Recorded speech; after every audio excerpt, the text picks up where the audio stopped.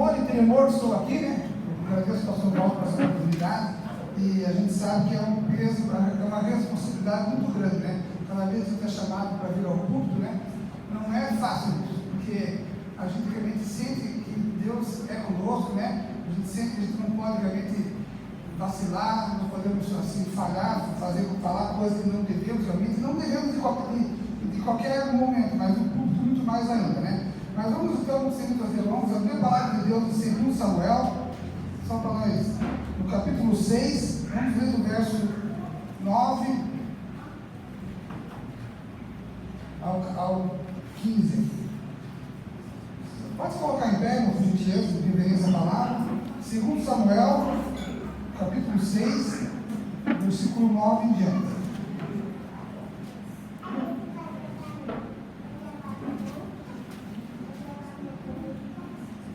O que depois ali de Deuteronômio, Ruth, todos acharam? Amém? Vamos lá. Então, 2 Samuel fala assim: e Davi teve medo do Senhor naquele dia e disse: como a arca do Senhor virá até mim? Assim Davi não quis remover a arca do Senhor até ele, para dentro da cidade de Davi. No entanto, Davi carregou ao lado para dentro da casa de Obed-edom, o geteu. E a arca do Senhor continuou na casa de Obed-edom, o geteu, 3 meses. E o Senhor abençoou Obed-edom e toda a sua casa. E contaram ao rei, dizendo: o Senhor abençoou a casa de Obed-edom e tudo o que pertence a ele, por causa da arca de Deus.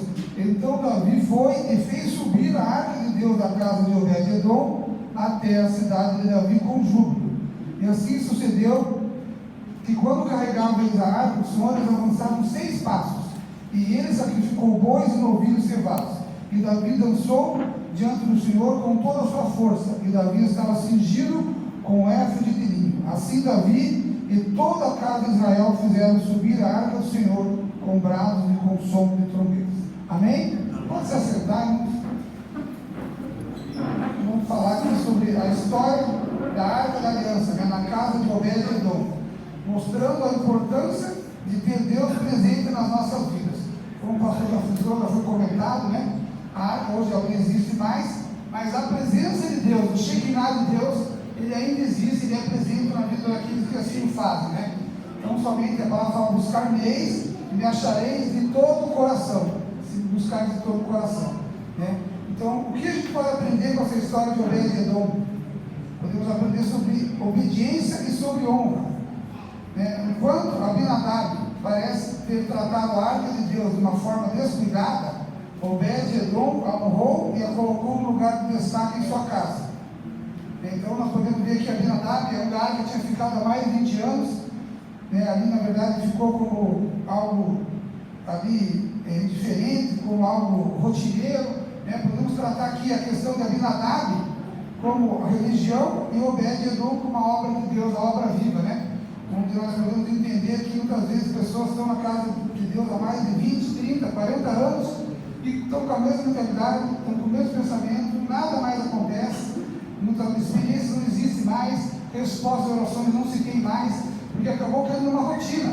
Vir à igreja muitas vezes, vir à casa de Deus, acabou virando algo social, e na verdade não é isso, né? Obed-edom já tomou ali para si como a obra na vida dele, como tudo na vida dele, né? Como soubemos, a pastora Fátima trouxe na semana passada a palavra aqui, que esboçou bem sobre essas questões, né?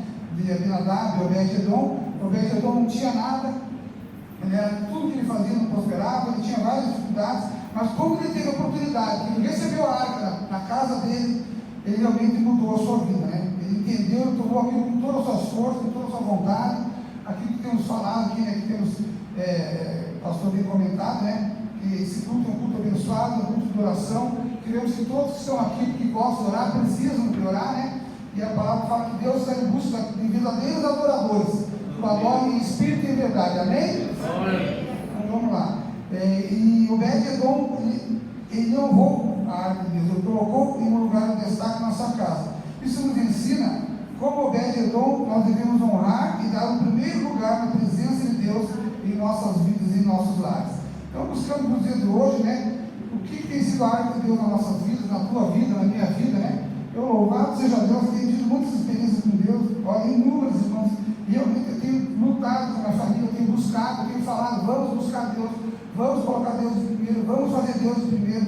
Tivemos uma situação no final de semana, tivemos uma loja para comprar uma certa questão, e ali o vendedor começou a pressionar, disse, não, peraí, vamos orar primeiro, vamos para casa orar, conforme que Deus nos falar, a gente vai andando no negócio. Se Deus não falar, né, ou se não aprovar, a gente não vai dar continuidade. E nós, logo saindo da loja, tínhamos uma reunião para atender as situações, para resolver, e naquele meio tempo o vendedor mandando, tem que dar um sinal, tem que resolver, senão vai perder o negócio de roupa. Aí já começou a gerar aquela ansiedade na família, alguns ali, né? Falei, calma, gente, se for de Deus vai ser, se não for, amém, né? E aí deixamos passar um período, umas horas lá, chegamos em casa com calma, né? Nos ajoelhamos, orando, buscamos a paz de Deus, buscamos a palavra, Deus falou conosco. Aí falou, agora está tudo certo. Então, como é importante a gente realmente entender essa questão de colocar Deus em primeiro lugar, colocar Deus acima de tudo e de todas as coisas. Porque muitas vezes a nossa ansiedade, a nossa correria, a gente acaba deixando Deus para depois. Mas Deus é a primícia, Deus tem que ser o primeiro. Desde que nós já deitamos e levantamos, acordamos porque o Senhor nos sustentou. Assim também diz no seu salmo, né? Deitei e me levantei porque o Senhor nos sustentou. E creio que assim devemos todos nós entender e acreditar nisso. Amém? Glória a Deus. Então, quando Deus chega à casa de Obed-Edom, ele a honra, ele a entroniza na presença de Deus. Ele entronizar significa estabelecer um trono. Toda casa precisa entender que precisamos colocar o Senhor em primeiro lugar. Em casa, muitas vezes, agimos de uma forma descuidada com a sua presença de Deus, como se não estivesse na casa.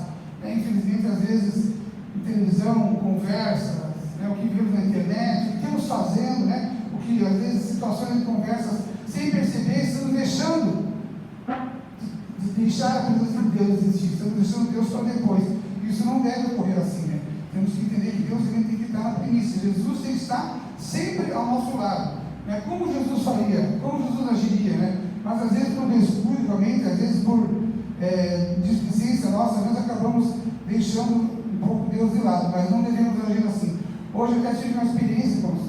Olha, foi tremendo, foi algo assim que foi impactante. Eu vou até contar, foi um pouquinho assim, curtinho, mas meio da nossa correria do dia a dia, Estamos até conversando com os pastores ali. Hoje nós corremos tanto que nem para o céu não olhamos mais, A nossa corrida tamanha que se bobear, tivéssemos 30 horas, nós gastaríamos as 30 horas, E corre para lá e corre para cá. Às vezes minha esposa hoje falou, André, eu só tomei café da manhã, nem eu sei.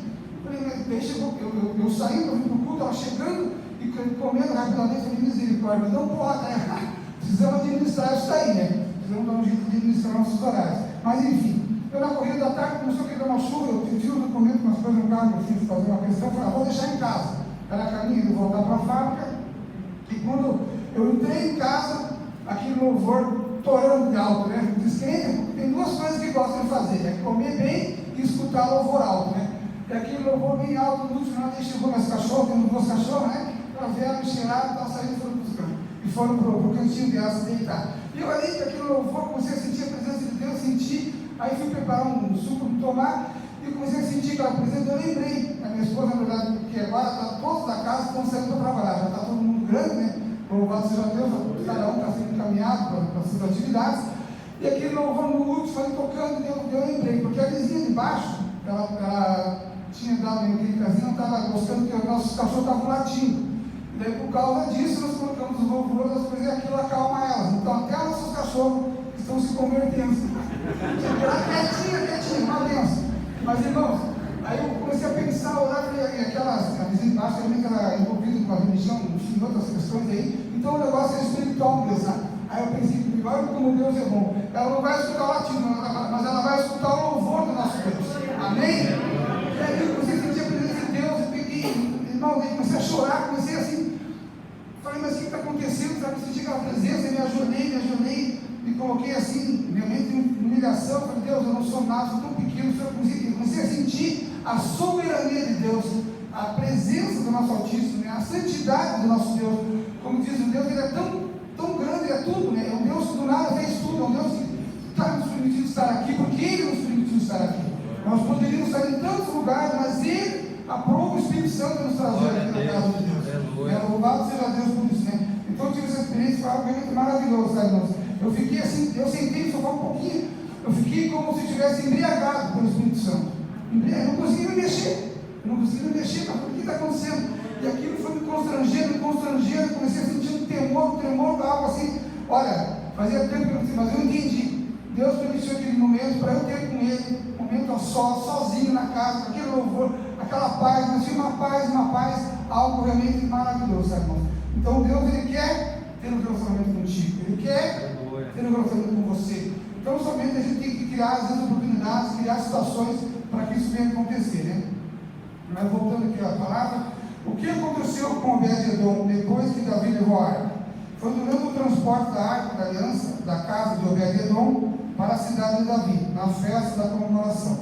E ali Davi dançou, tocou, né? E Obed-Edom, naquele período, se tornou guarda do templo. A palavra fala que se tornou como arqueiro. Ele foi ali, ele era músico e agora ele era o guardião da arca de Deus, junto com Davi, né?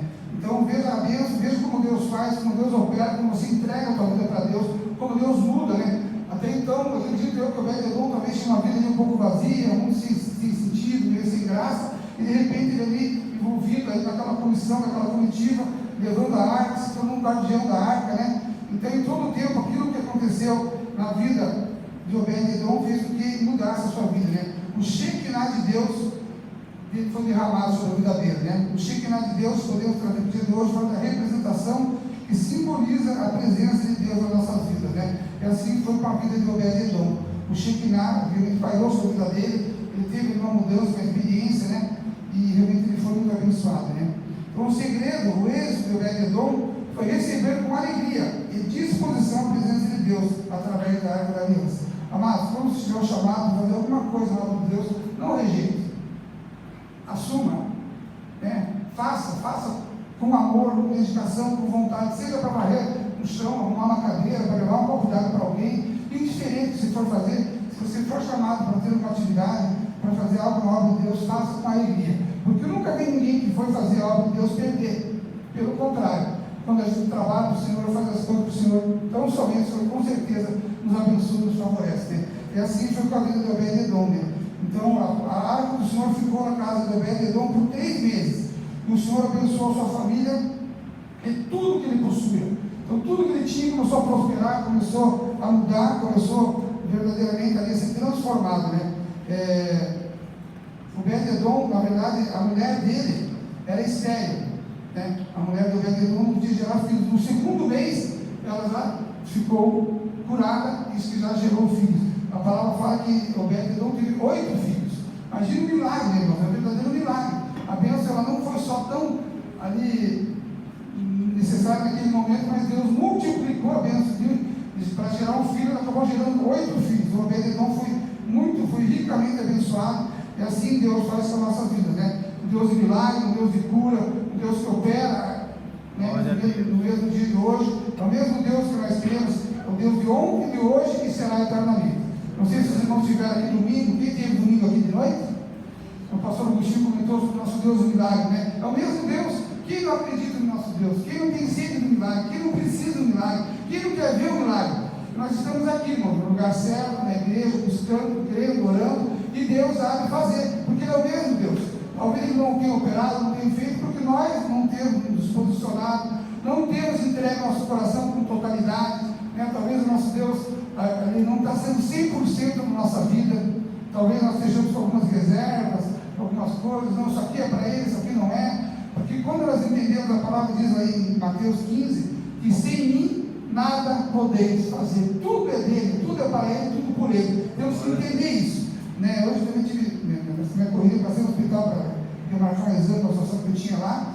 Amado, eu tive uma experiência uns 2 anos atrás, aí foi retrasado, fiquei hospitalizado por um período ali, nem imaginava, foi um susto, algo assim que realmente me tomou de surpresa, até, e ali a gente vê, quando a gente está numa cama do hospital, no meio do hospital, você vê que você não é nada, né? Você vê pessoas, ali, situações, são misericórdia, que somos nós, né? Hoje mesmo, essa situação, dessa chorada, desse alagamento, não sabemos o que ocorreu, né? Misericórdia, as pessoas de repente foram tomadas suas vidas, então sabe, de repente perderam coisas, né? Perderam situações, pode ser um PC, mas que nós possamos entender que temos um Deus que é conosco, um Deus que cuida do Senhor, a palavra que Deus cuida do Senhor, né? E realmente a gente vê a diferença serve e não serve a Deus. Nós escutamos esse tempo atrás, domingo passado, retrasado, sobre um pastor também que teve até em Florianópolis, né, há pouco tempo agora, Camboriú também, alagou tudo lá, né? Foi algo assim difícil, né? E os pastores comentando, ela falou que o vizinho dele mandando o vídeo ali, um vídeo viva voz, olha aqui a chuvarada, aqui está uma correnteza, aqui o negócio está difícil e tal, e passou para ele a situação. Desligou o telefone e correu lá. Falou, meu Deus, essa casa aqui não é só minha, essa casa é tua, e colocou a casa na presença de Deus, começou a orar. Tem resumindo a história, irmãos. Aí no outro dia, aquilo alagou tudo de tal maneira que todas as casas ao redor foram alagadas, todas, menos a dele. Porque ele se posicionou, colocou na presença de Deus e Deus abençoou. Glória a Deus. Amém?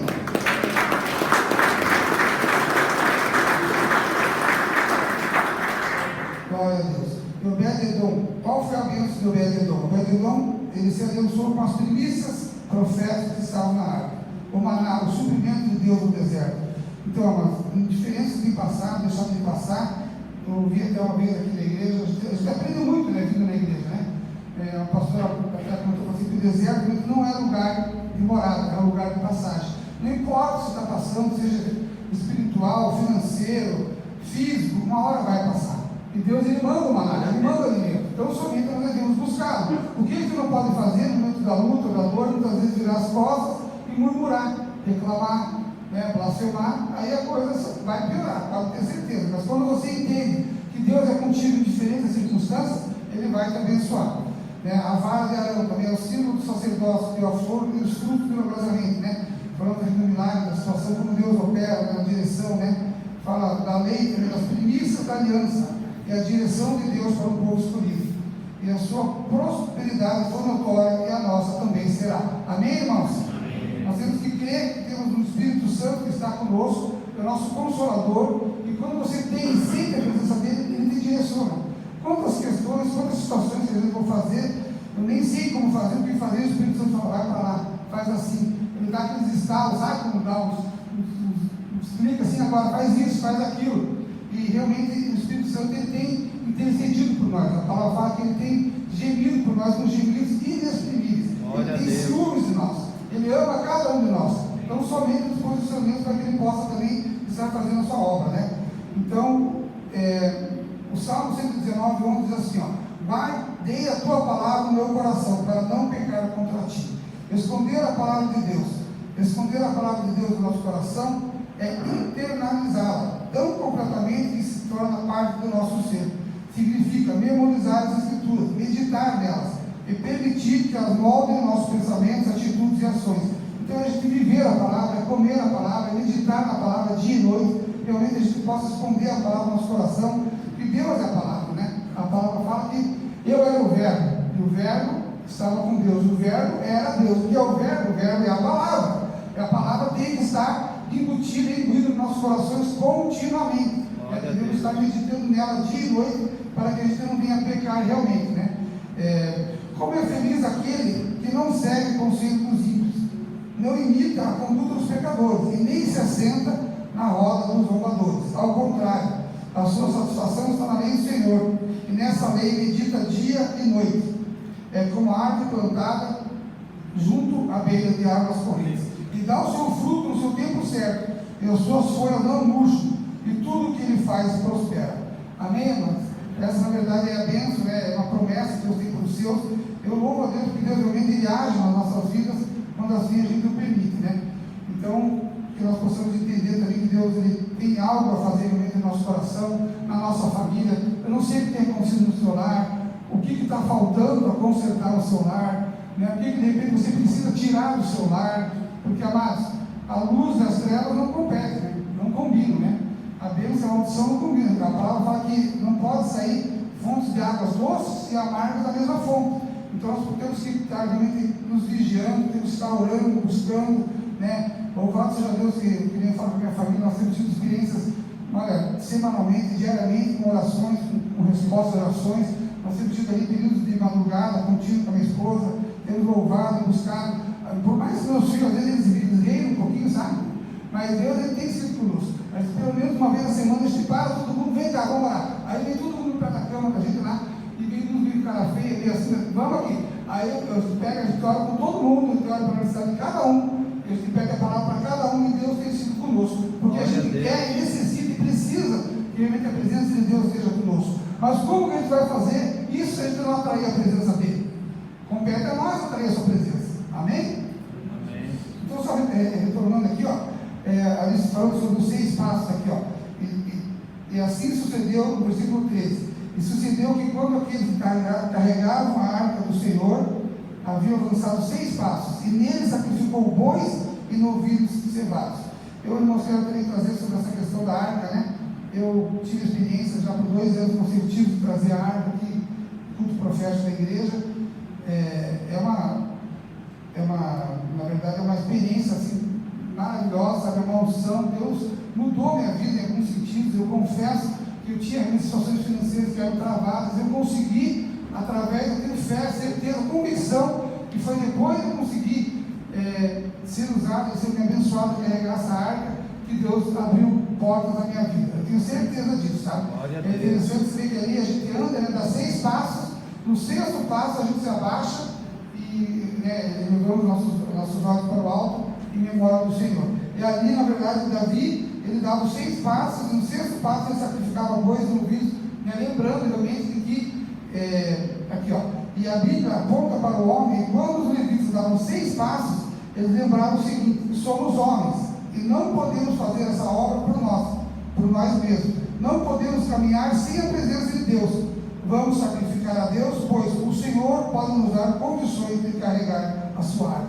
Então, no 6º passo, nós somos homens, lembrava que a arca era a presença de Deus, a arca era o próprio Deus. E assim, nós fizemos aqui, fazemos o culto profético da igreja, relembrando aquela situação, e Deus me abençoou grandemente, irmão. Então, realmente, Deus, ele é um Deus maravilhoso, é o mesmo Deus que agiu no passado, é o mesmo Deus que age hoje e vai continuar agindo no futuro, né? Então, como Deus dirige nossos passos? Ele dirige nossos passos conforme a tua palavra. Não permita que nenhum pecado me domine. No Salmo 119, 133 diz assim, em nossas escolhas diárias, muitas vezes não temos orientação de Deus, mas Ele dirige os meus passos conforme a tua palavra. Não permite que nenhum pecado me domine. Então, realmente, se ele estiver andando, buscando e dirigindo conforme a vontade de Deus, Ele vai nos abençoar, né? E as nossas escolhas diárias, muitas vezes a gente não tem orientação clara de Deus. Por isso a necessidade de a gente parar e buscar para que realmente Ele nos oriente com clareza, para que a gente entenda e não faça as coisas com ansiedade, não faça as coisas no achismo, não faça as coisas no mas será, mas pois é, no mas vamos entender e deixar que Deus possa agir realmente, né? E era necessário para que a gente possa entender e ser direcionado conforme as nossas vidas. Então, amados, eu queria pedir para os irmãos, não sei como é que está no seu lar, como é que está a sua questão, sua casa, eu gostaria de fazer uma oração, chamar vocês à frente, quem tiver uma necessidade, quem precisa de mudança na sua casa, quem precisa de repente alterar alguma coisa na sua casa, quem está sentindo a necessidade de que a presença de Deus esteja continuamente na nossa casa. Eu quero pedir para que você venha aqui à frente, os pastores vão estar nos ajudando, aqui o louvor pode